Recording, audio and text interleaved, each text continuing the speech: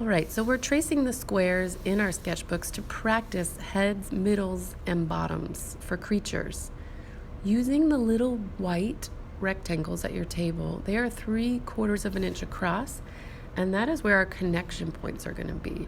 Any place there's a head, the connection points are going to be right there on the bottom, so make 2 tick marks. I'm going to draw a baby Yoda. So I do true lines coming up from the sides and then bring them in to form a collar. I'm going to make a bump for a round baby Yoda head. I'm going to draw a tiny baby Yoda circle nose. And then I'm going to draw 2 very large, shiny baby Yoda eyes. And I thought to myself, they're a little different, but that's okay. You can shade them in now or later. I leave a little white shine on big, cute eyes like this.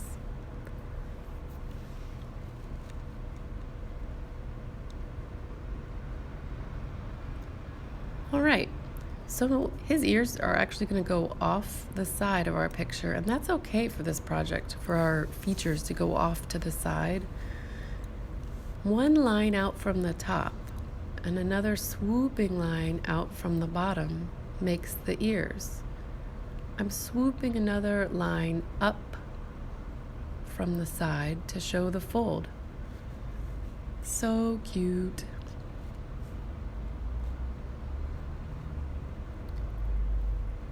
All right, since your cube will have 2 heads, I'd like you to practice another head with me.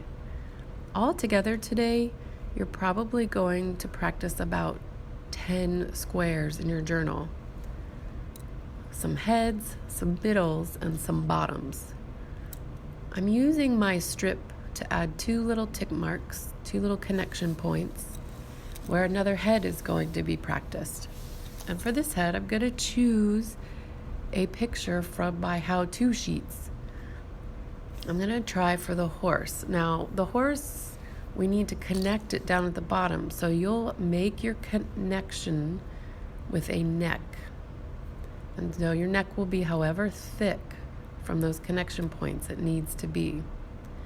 After you draw the neck and head shape on a creature, you can start to draw its features. You can draw its eyes. You can draw its nose or nostrils, and then you can draw the top of the creature, its hair or its ears. So using this how-to sheet, you have lots of choices of creatures. I'm doing 2 sort of impressions down to show the horse's nose, and then 2 teardrop shapes for the nostrils. The eyes are on the side of the horse's head, so they look like ovals. And I decided to add some ears and then a mane, this time on both sides. You can draw your animals however you like. And again, it doesn't have to be an animal. It could be a person or a skeleton or any other kind of creature you want to draw. All right, I practiced 2 heads. So I'm going to trace my square again to practice 2 middles. I'm showing you the other how-to animal drawing sheet that I have in the art room today. And so keeping your cardboard square really nice, because we're going to use it on our sculpture, you can trace some more squares in your journal. You'll get good at tracing today. Do it very light and gentle with your pencil. I'm going to go ahead and do 2 here, but you can just do 1. If you're going a little bit more slowly, that's good.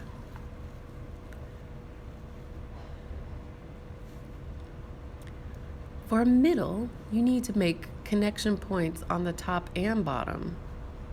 So our connection points are in the same place, about 3/4 of an inch from the side, but they're at the top and bottom.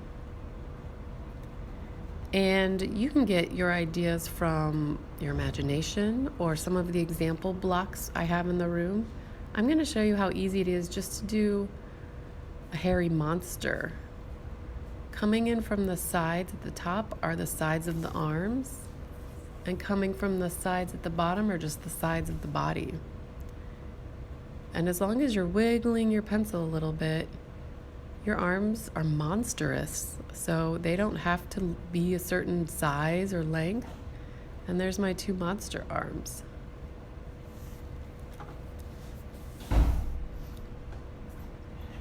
Here I am doing connection points at the top and bottom because I'm going to do another middle. And you can use your imagination for what a middle might be, a fish or a skeleton.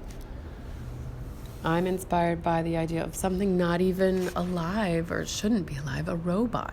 A robot is easy because you can just use straight lines. You can go straight down from point to point, or you can do some boxy shapes.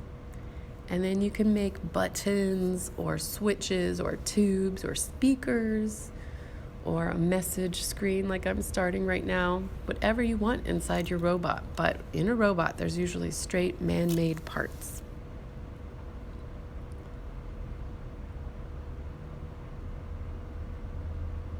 I am a robot.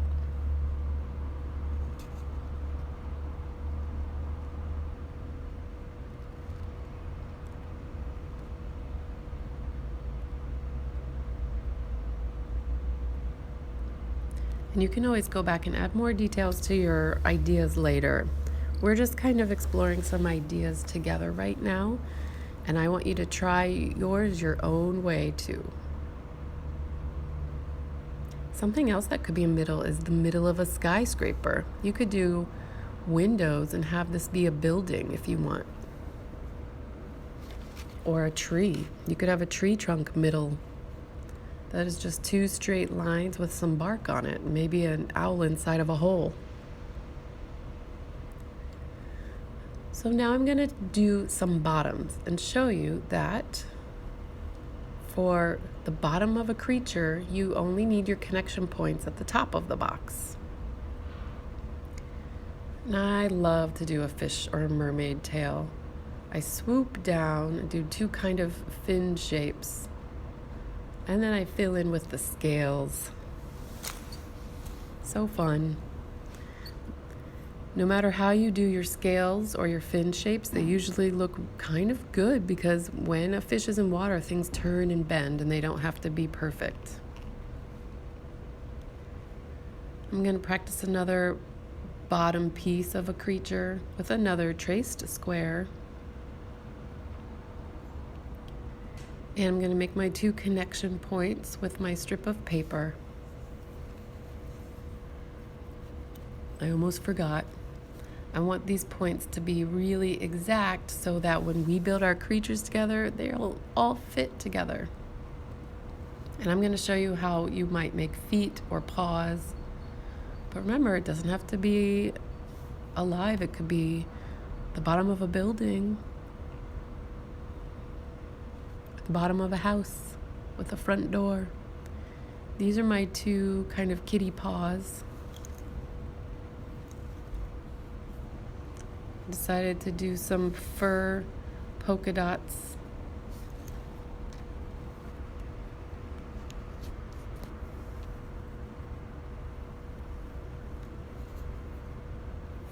Have fun.